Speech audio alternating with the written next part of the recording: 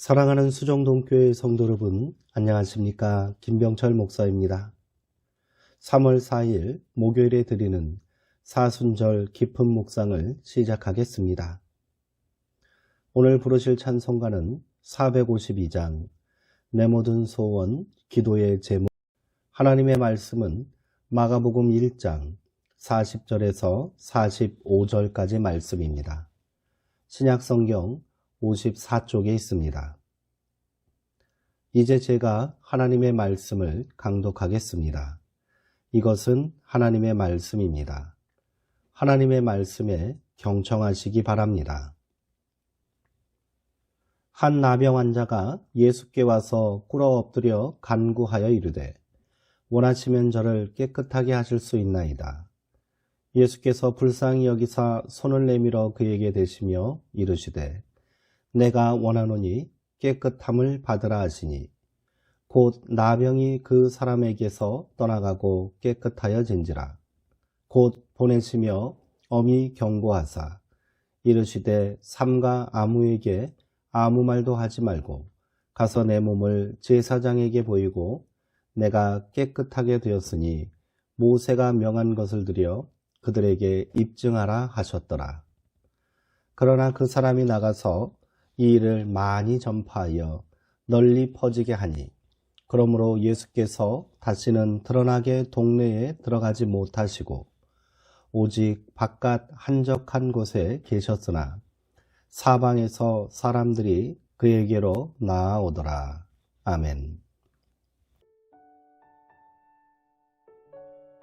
예수께서 불쌍히 여기사라는 제목으로 묵상 말씀을 나누도록 하겠습니다. 예수님 당시 한센병자들은 율법상 부정한 사람들이었고 그들과 접촉한 사람들도 부정하게 되었기 때문에 그들은 사람들이 사는 마을에서 지낼 수 없었습니다. 이런 상황에서 예수님이 부정하게 되는 것을 감수하시며 병자의 몸에 손을 대신 이유는 무엇일까요? 그것은 예수님이 그를 불쌍히 여기셨기 때문입니다. 예수님께서 느끼신 불쌍히 여기심은 헬라어로 스플링크니조마인데 명사형인 스플링크나는 몸의 깊은 장기, 즉 심장, 창자, 자궁을 가리킵니다.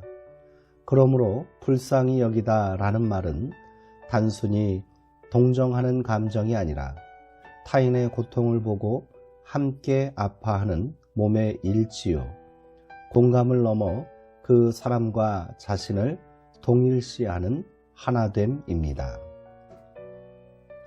헨리 나우에는 이 부분을 다음과 같이 풀이합니다. 복음서가 예수님의 긍휼, 불쌍히 여기심에 대하여 말하면서 그분의 뱃속이 움직였다고 표현할 때는 무언가 아주 깊고 신비로운 것을 표현하고 있는 것이다. 예수님의 마음이 긍휼로 움직일 때 모든 삶의 근원이 떨리고 모든 사랑의 근거가 활짝 열리며 거대하고 마르지 않고 다함이 없는 하나님의 온유하심이 드러난다. 예수님은 보이지 않는 몸의 깊은 곳에서부터 우러나는 긍휼로 한센병자의 몸에 손을 대시고 그를 고쳐주셨습니다. 예수님은 그가 마을로 복귀하여 가족과 함께 지낼 수 있게 하셨습니다.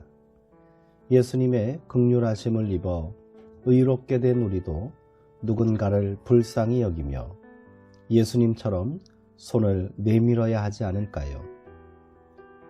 예수님께서 자신을 찾아온 나병 환자의 몸에 손을 대었다는 것은 파격적인 행동을 넘어 금기를 깨는 위험한 일이 아닐 수 없습니다.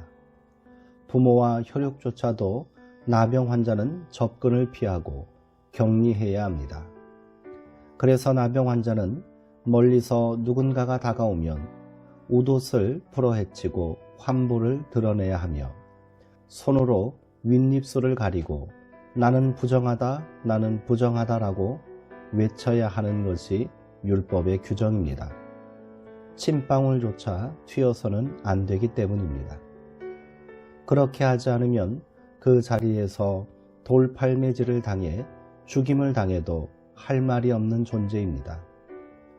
그런 이유로 해서 나병 환자였던 이 사람이 예수님 앞에 나왔다는 것은 죽음을 불사한 절박함의 표현이라 할 것입니다.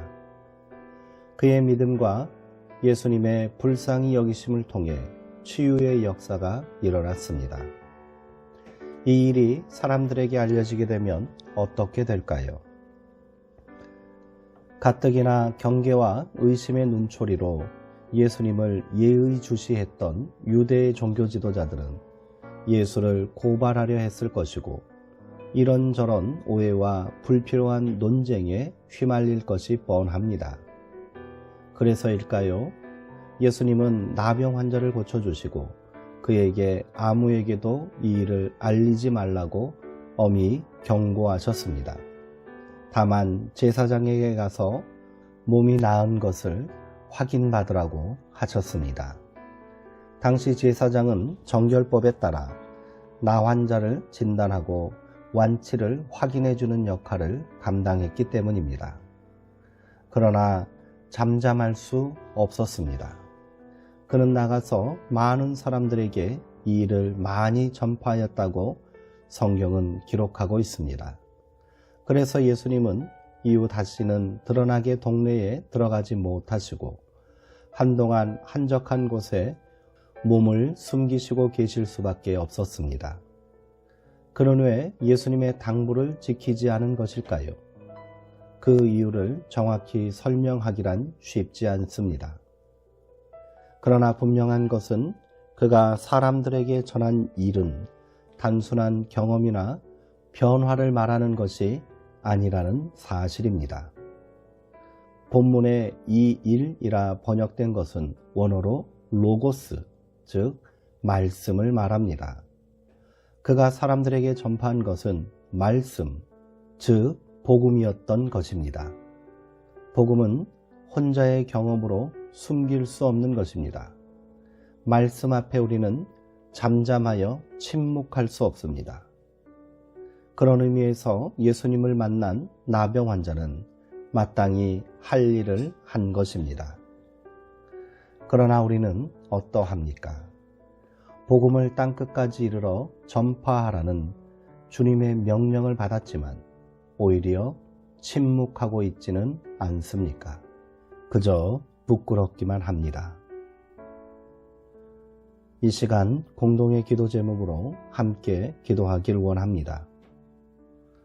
코로나19로 많은 이들이 고통 가운데 있습니다. 주님, 우리를 불쌍히 여기사 고쳐 주옵소서. 우리를 불쌍히 여기시는 주님의 큰 사랑을 받고도 이웃을 불쌍히 여기지 않는 우리의 완악함을 회개합시다. 십자가 사랑과 복음의 기쁨을 세상에 전파하는 일에 침묵하지 않도록 우리의 잠자는 믿음을 깨워 주옵소서. 기도합시다. 이상의 기도 제목을 가지고 2, 3분간 침묵으로 기도하시기 바랍니다.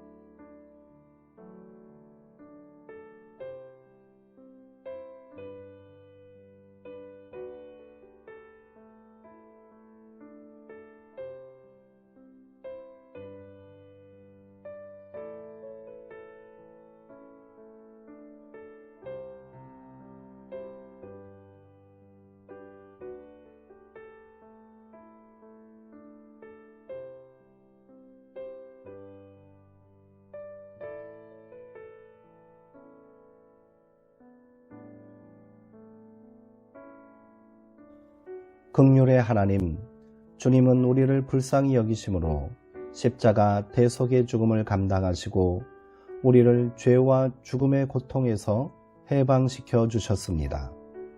그러나 우리는 그 큰 은혜와 사랑 앞에 침묵했습니다.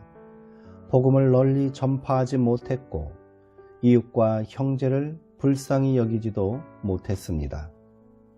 우리로 가슴을 치고 회개하게 하시어 고통받는 형제와 이웃을 향해 마음을 열고 다가가는 선한 이웃이 되게 하옵소서.